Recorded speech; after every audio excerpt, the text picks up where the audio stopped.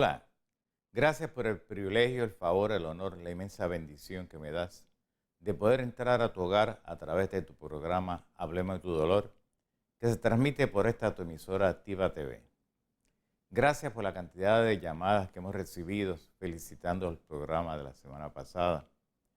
Y gracias por la cantidad de compañeros médicos que nos han llamado no solamente felicitando, sino también expresando la gratitud de poder ellos entender aún mejor todas y cada una de las patologías que nosotros presentamos en cada uno de los programas que le traemos a ustedes para el conocimiento de ustedes.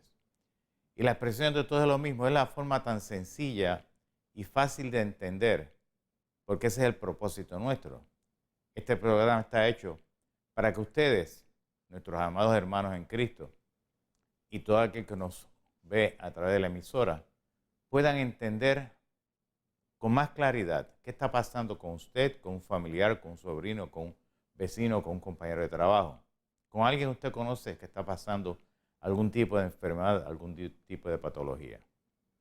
En la semana pasada estuvimos hablando sobre la mielopatía, sobre los problemas degenerativos a nivel cervical, el tipo de cirugía que se lleva a cabo para poder corregir esa artrosis o esa distrofia ósea o degenerativa que hay en la área cervical.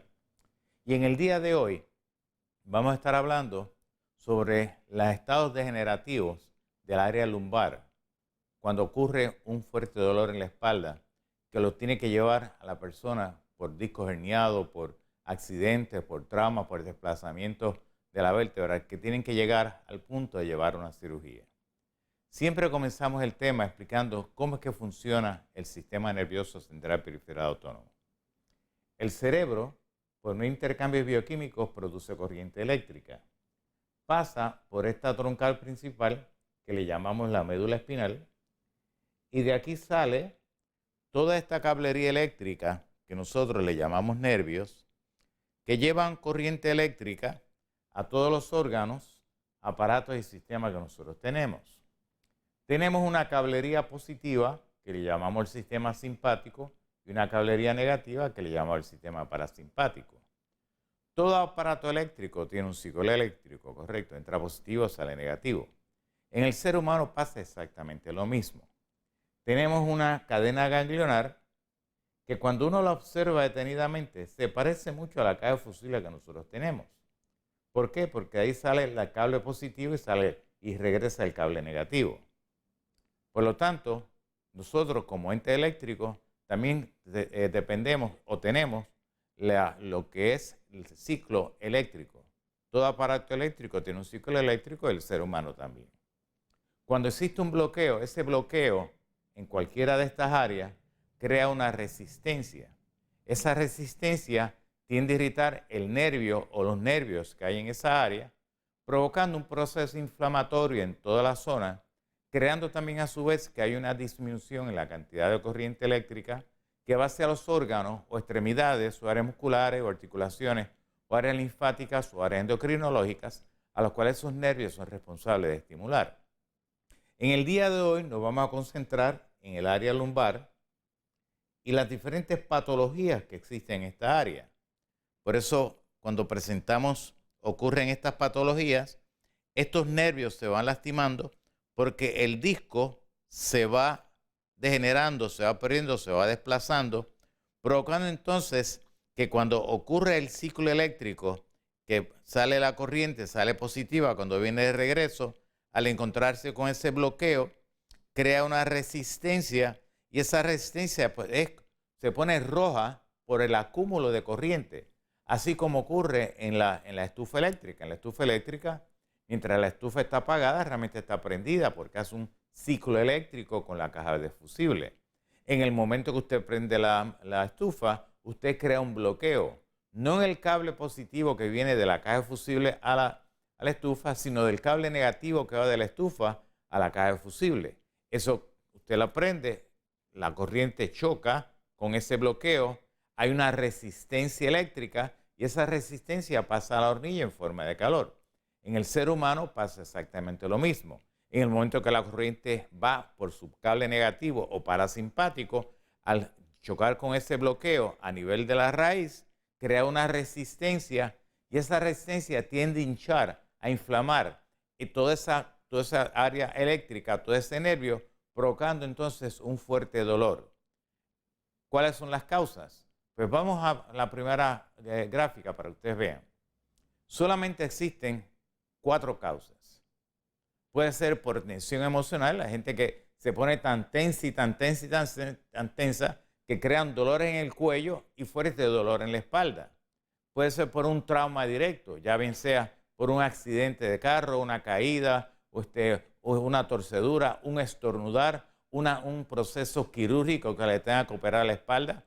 Por inmovilización, gente que se pasa en la cama o en la silla o están en unas posiciones inmóviles por largo tiempo, o un proceso infeccioso. Puede ser porque tenga alguna infección gastrointestinal, genitourinaria, etc. Cualquiera de estas 4 causas van a provocar que el nervio se irrite. Esa irritación es la que produce dolor porque hay una congestión eléctrica. Ese dolor entonces crea que la parte muscular en esa área se ponga bien tensa. ¿Por qué? Porque ocurre un acúmulo de líquido, hay una retención de corriente, esa área tiende entonces a crear que se dematice, que se hinche, se inflame, provocando entonces una reacción fibrótica que no es otra cosa que el alargamiento de la parte muscular, como se ha estirado tanto, ya no estira más y entonces crea mucha presión, creando entonces todo esto una incapacidad funcional. ¿Qué es lo que está pasando? Pasamos a la próxima gráfica y vemos lo siguiente. Vemos, ahí usted puede ver, esa es la médula, ese cable rojo es el cable positivo, esas áreas de ganglios simpáticos paravertebrales son los ganglios, vienen a ser un relay del ganglio principal, que es el que está pegado al área de la médula. Pasamos a la próxima.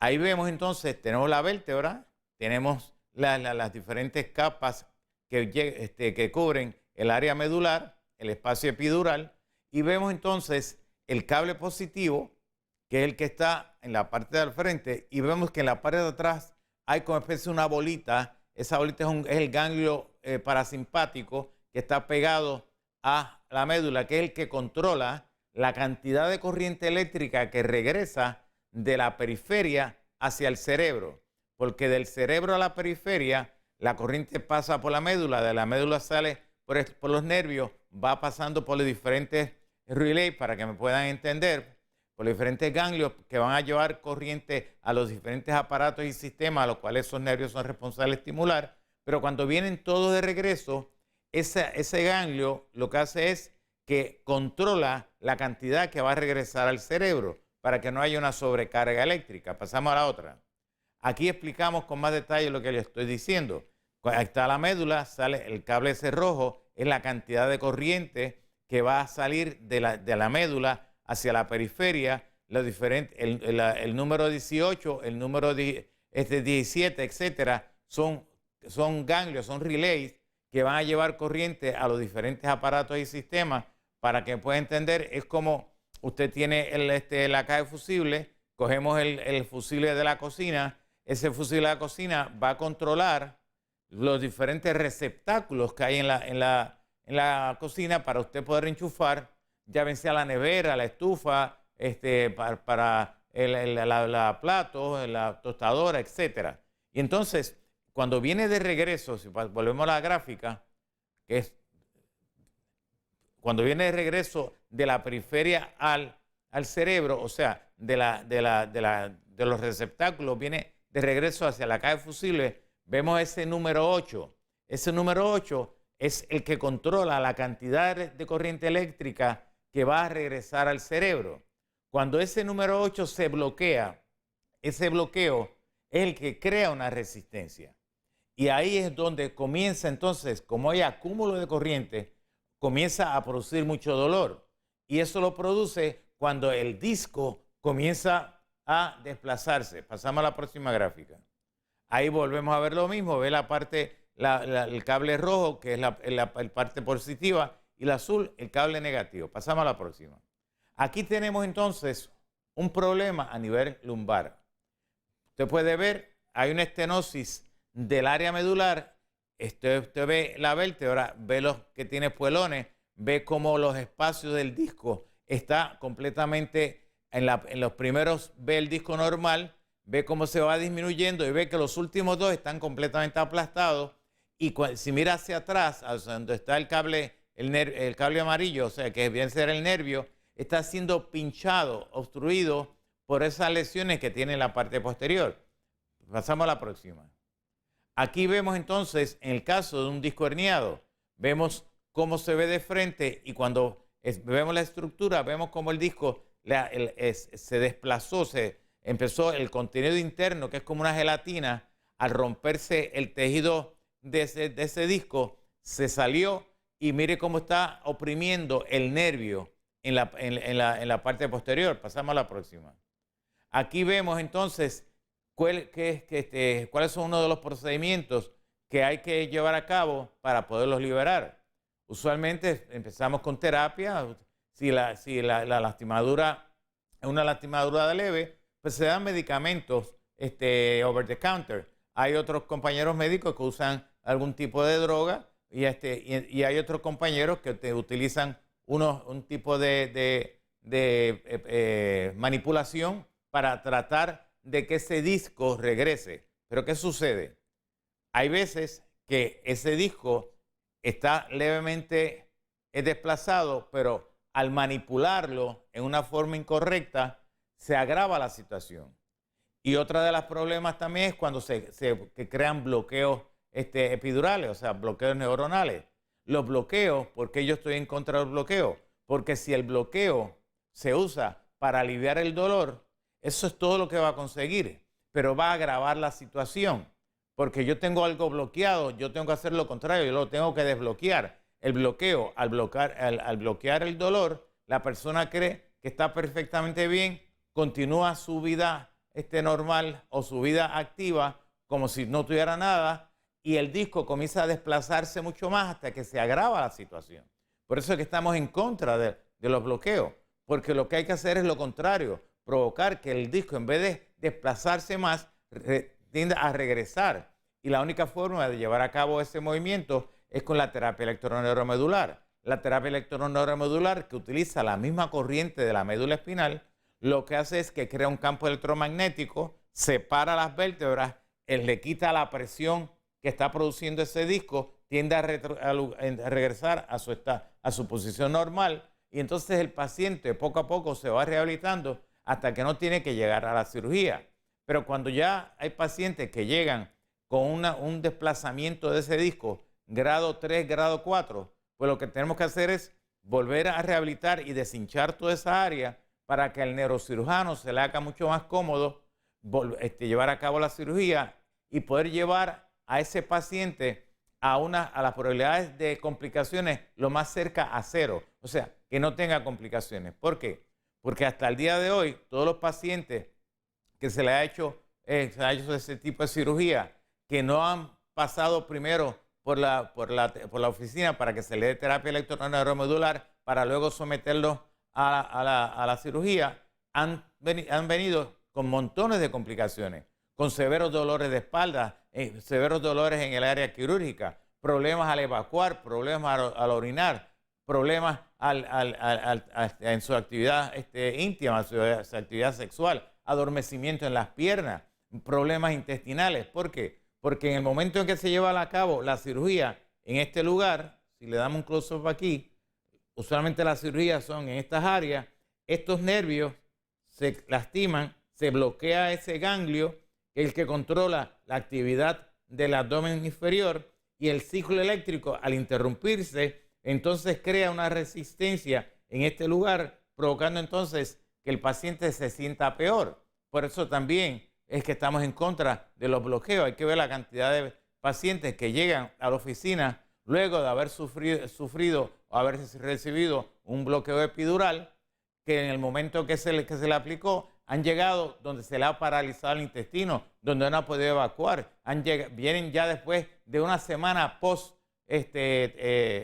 bloqueo epidural. Y por eso es que nosotros seguimos insistiendo que ese tipo de terapia hay que aguantarla, hay que empezar a hacer un análisis si realmente es necesario llevar a cabo ese tipo terapéutico. Pasamos a la próxima gráfica.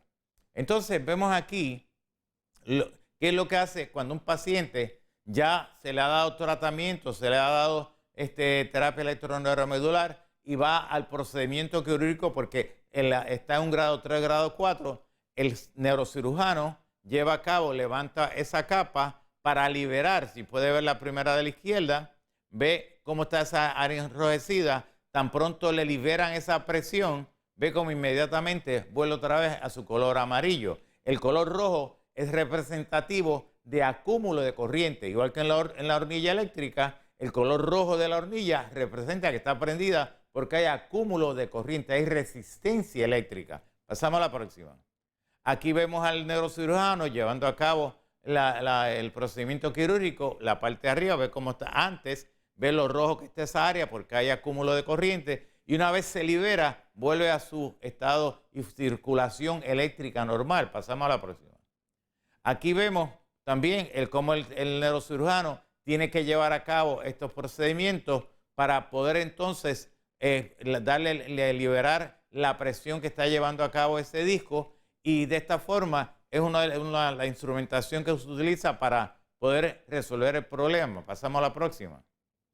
Aquí vemos ya cuando el neurocirujano ha logrado separar el área y entonces le aplica este tipo de instrumentación donde va a coger una vértebra, poner dos vértebras y la va a separar mediante este aparato. O sea, a veces cogen 3, a veces cogen 4, dependiendo de la cantidad de discos que estén completamente lesionados. La próxima.